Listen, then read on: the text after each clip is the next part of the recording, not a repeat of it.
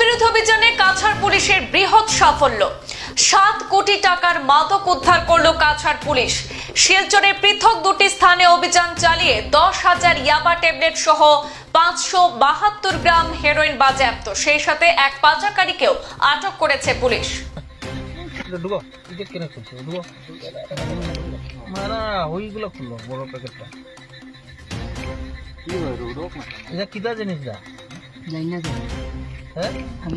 তোমার কি নেওয়ার লাগি কইছে অগুনিয়া দিলে তো অগু কি জিনিস এটা তো কইব না না কি জিনিস এটা তোমার জানাইবো তো বুঝছি কিতা জিনিস কইছে কতক্ষণ দিয়েছো না তুমি অমুক রে গিয়া দেও দেখি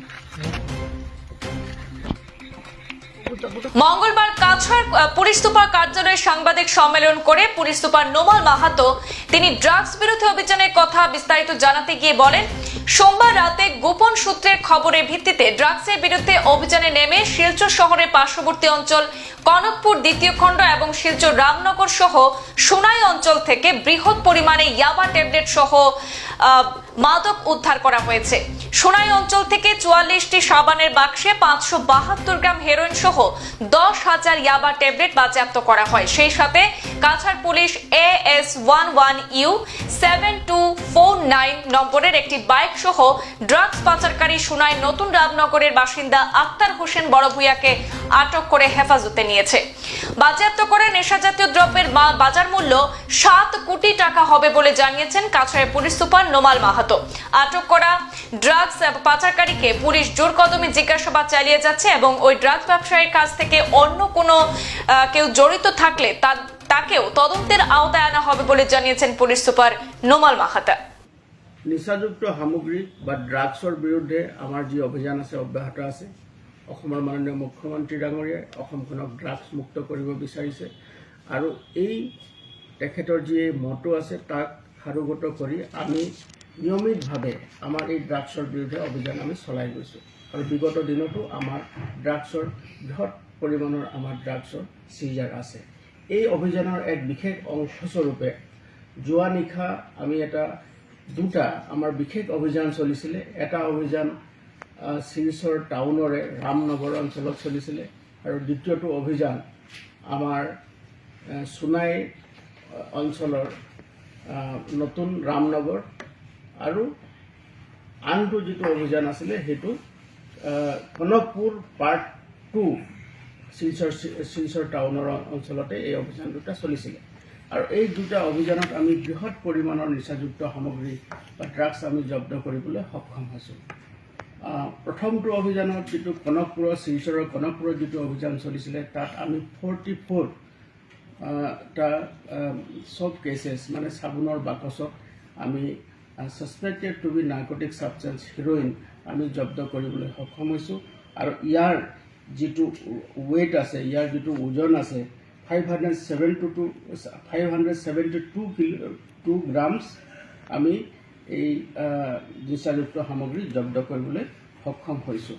আৰু আনহাতে যিটো সোনাই থানাৰ অন্তৰ্গত ৰামনগৰত যিটো আমাৰ অভিযান চলিছিলে সেই অভিযানত আমি 10,000 ইয়াবা টেবলেট